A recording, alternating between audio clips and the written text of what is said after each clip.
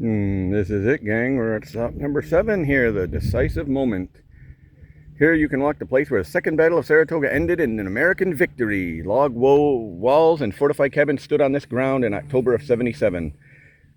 2 cannons and a few hundred soldiers were on hand for the defenses. This was the right end of Lieutenant General John Burgoyne's battle lines. Once this fortified camp fell to the Americans, its defenders melted away into the twilight woods. Twilight woods, how romantic. I became known as a loyalist, or as they called me, a Tory. Heinrich Bremen's fortified camp, you could have seen 160 men, all volunteers, all Americans and all loyal to the crown.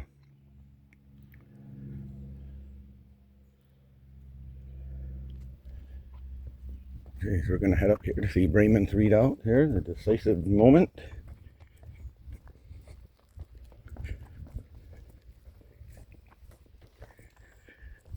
Kind of also up on a little hill here where Bremen had his redoubt,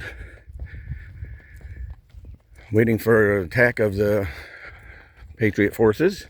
Again, we see him over there. Yep, the white post with the red tops. Fortifications were there. That's looking north.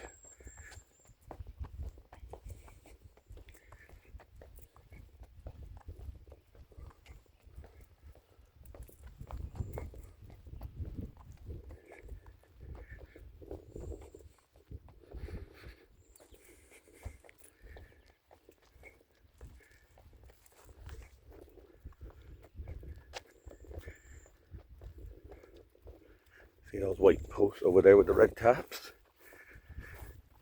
There's a little knoll there, and then it swoops down the back side there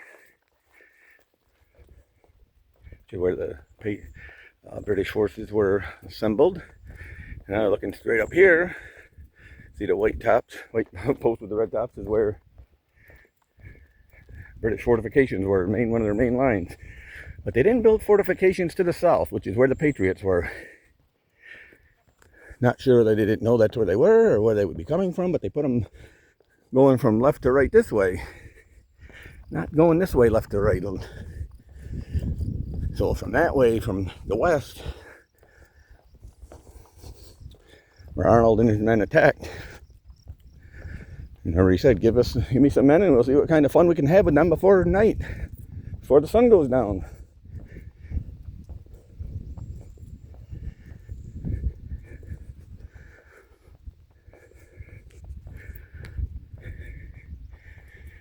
We are in a strong position that the rebels dare not attack. Appearances can be deceiving. A deep ravine protected this fortification to the north. That's to our right. But the rear, where the soldiers' camp, was wide open.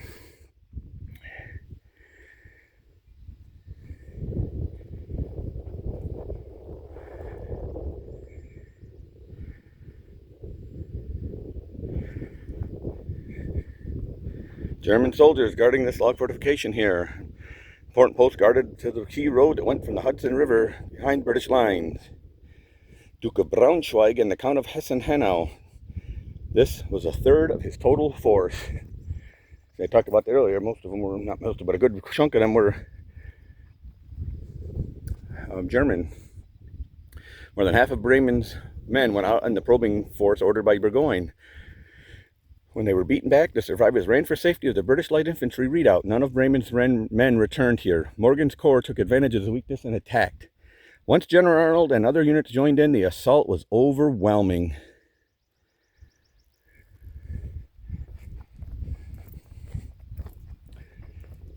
So you can see this wall, you can see the defenses here. They have the red top posts. They go this way, here, and then they start to turn and head east a little bit, but they stop right over here. The end is open over here. Now, if you know your military warfare, to get your enemy, what you want to do, you want to flank them. You want to come upon their side and attack them from the rear. So when Arnold's men, you have the visitor center right over there, Arnold's men came, they flanked them, they went behind, and they got behind this area here, and they came up and they attacked the Brunswickers. So there's some people there. I don't know which way they're going, but I'm going to wait till they clear out a little bit. But again, this is all hallowed ground here. A lot of men died on this property, on this land, for what they believed. Here we go.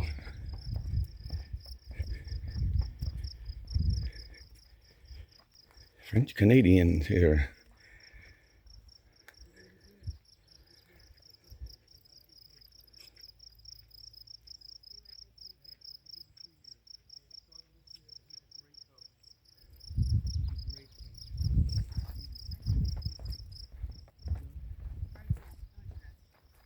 Now, coming up on one of my favorite sites here, if not my favorite site, the favorite site, the unmarked boot monument. It's marked, but it has writing on it, referring to the greatest general the Continental Army know. John Decisive put this monument here back in the late 1800s, dedicated to this man with no name on the marker by a boot. Well, this man happened to get shot in his left leg at the ankle, shattering his left leg. Well, he came right in this area right here. Right around here, coming toward the camera, and then up and around this way, and just attacking the Bremen's redoubt, the Braunschweiger, defeating them, winning this battle, causing the British to surrender 10 days later, north of here, about 7 or 8 miles, at Victory Woods. Arnold, unfortunately, was not there to witness this surrender. Where was he? Well, we'll get to that in a minute. 5:30 at night. Blessed be God for his goodness this day. And here is the man himself, B.A., coming in and just flanking this redoubt on his horse, getting shot. Horse falling on him. The guy that shot him, his men were going to shoot. And Arnold says, don't shoot him. Let that man live. He's only doing his duty.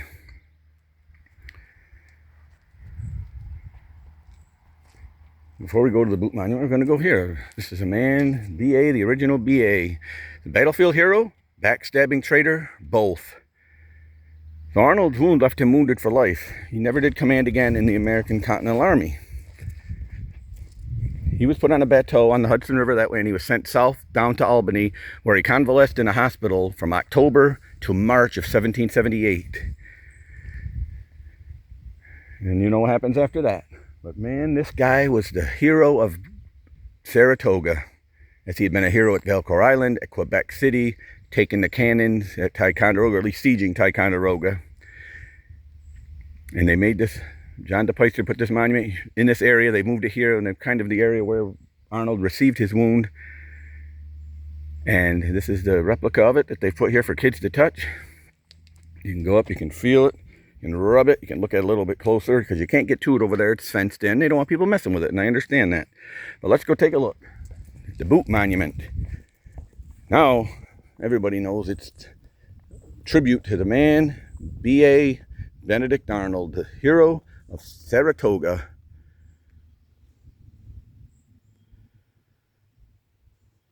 So we're going to take a look around here. Like I said, his men, they just swooped where those trees are. They came in our direction, and they turned right behind those white posts, and they came on this side of those posts, and then they flanked their enemy, defeating them, crushing them, forcing Burgoyne's army to surrender and go north, head back with their tails between their legs, and surrendered. After they sieged Schuylerville, or Saratoga at the time, for about 10 days. They sieged it with cannon. There was a siege going on for about 10 days. Eventually, Burgoyne knew, and he surrendered to Horatio Gates.